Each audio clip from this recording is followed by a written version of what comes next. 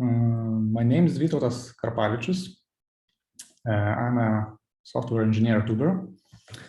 And for the past year, I have been working on gRPC migration for Cadence. And today I'm going to share with you what we have done so far and what are the remaining bits for the future.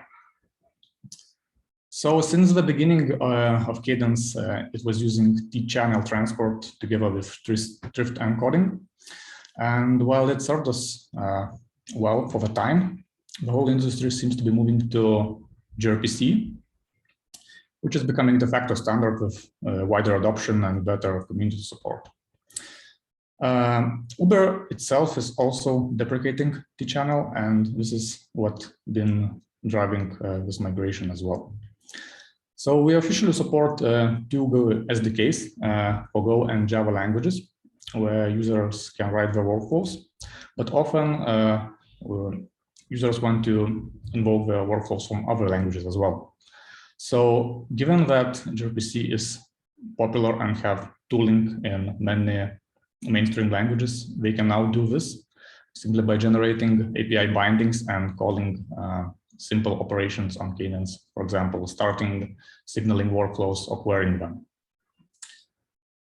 Finally, gRPC brings some optional features that are relevant for Cadence users, such as TLS support and also streaming endpoints that we might use in the future. So one of the main requirements for this migration was backwards compatibility. Since Uber has hundreds of services depending on Cadence, with many more users, open source users around the world, we couldn't simply switch the transport and do the next release. So for the migration period, we decided to run in dual protocol mode. So basically, we'll be running both T-channel and gRPC transport simultaneously on different ports. And for the future, we planning to drop support for T-channel, but right now the exact date is not yet set. So we'll be running both transports for the time being. Migration to gRPC was and still is quite a big chunk of work because drift types were used throughout entire Cadence code base. Obviously, we used it for public API, but it was also used for internal types and for persistence format and for communicating between internal Cadence nodes. So there was quite a lot of work to be done. And with such a big surface area, we decided to go server first, primarily to gain experience while doing it, all the refactoring commits, and don't disrupt our clients. So right now the server side is done, and we are shifting focus to SDKs as well. So this is a high-level overview of migration as it is today. Green arrows indicate the paths that support the gRPC, and yellow ones that are still on T-channel. So number one is a front end that exposes to interface that it can accept inbound connections to T-channel and gRPC. Number two is our cluster, Cadence cluster, and communications within a cluster. So both T-channel and gRPC supported, and gRPC can be enabled via dynamic conflict flag. Number three is communication with another cluster if you have clusters deployed in multiple data centers. Here again, gRPC is already supported. Moving on to Cadence clients, we started working with Go SDK at first because it's more popular at Uber. So problematic thing with Go SDK is that it was created such a way that it exposes drift data types via its public API, meaning that we cannot change it without breaking changes. So we decided to take two approaches here. The first one is to provide compatibility layer for the current SDK. So this will not break existing API, but provide additional layer which can be injected when you are initializing your client. Underneath it makes all the translation from thrift types to protobuf and allows you to use gRPC. For the long run, we are planning to introduce new version 2 API, which will be RPC agnostic and also include some additional usability improvements. Java SDK is currently still on T-channel. We're planning to start working on gRPC migration next year. Other clients, as I mentioned, can already be generated with language bindings and use gRPC that way. Finally, our tooling, Web UI and CLI is still using T-channel, but we're planning to start working on those soon. Web UI probably next year, and work on CLI was already started.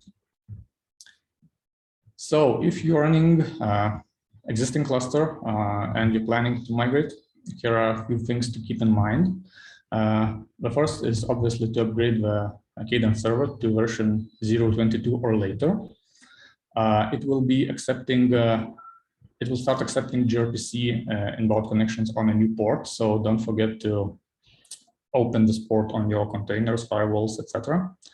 And to enable internal communication, you'll need to enable gRPC outbound dynamic config flag and restart your cluster. So this flag is by default disabled, so we're still using T-channel, and you can opt into gRPC.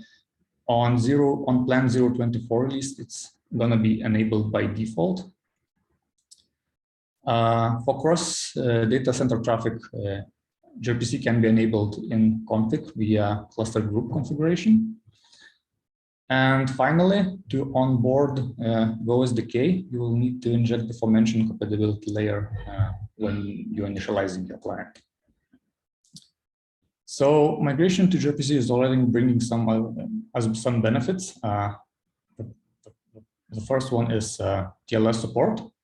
So this is especially useful for users that are running communication between Cadence clients and Cadence server via public internet, because now we can encrypt the traffic. And TLS can also be used to verify Cadence server identity. Finally, users can optionally authenticate clients if they choose to configure mutual TLS. So on the right, you can see an example of how such a config looks on server side. Yeah, so the roadmap for the future. So as I mentioned, the migration is still in progress. We still have a few bits remaining. The first one is Go SDK version 2. Next, we're gonna touch Java SDK as well next year. We're also planning to explore a new feature that we now have, gRPC streams, and this might be a good option for some endpoints that are currently using long calls. So we're planning to explore this gRPC stream and see whether it performs better in some cases. Finally, we're gonna update Web UI and CLI, and for CLI, we're also planning to maintain backwards compatibility. For instance, if we're choosing to use new CLI and still using older Cadence service which doesn't support gRPC, you can still switch communication with additional. So that's it from my side. We recently posted a blog post about this migration, which contains many more details, some code examples and configuration samples. So please check it out. And yeah, that's it from my side. And please welcome each other.